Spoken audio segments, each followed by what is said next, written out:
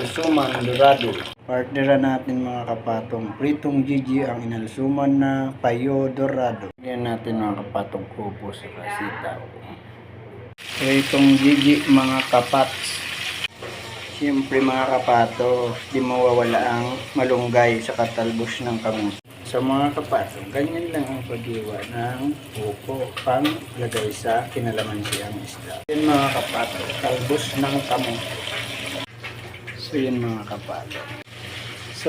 kapato. Ilalagay natin kalamansi. Yan mga kapato, luto ng ating pritong Gigi, partner ng may sabaw kinalamansi ang ulo dorado. Kapato, may sausawan tayong malupit sa prito. So mga kapato, ito na yung aalsuman natin kinalamansi ang dorado.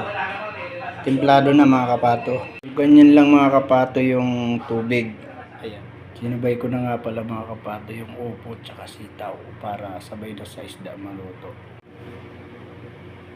Kinalamansi ang dorado, kumulo na mga kapato.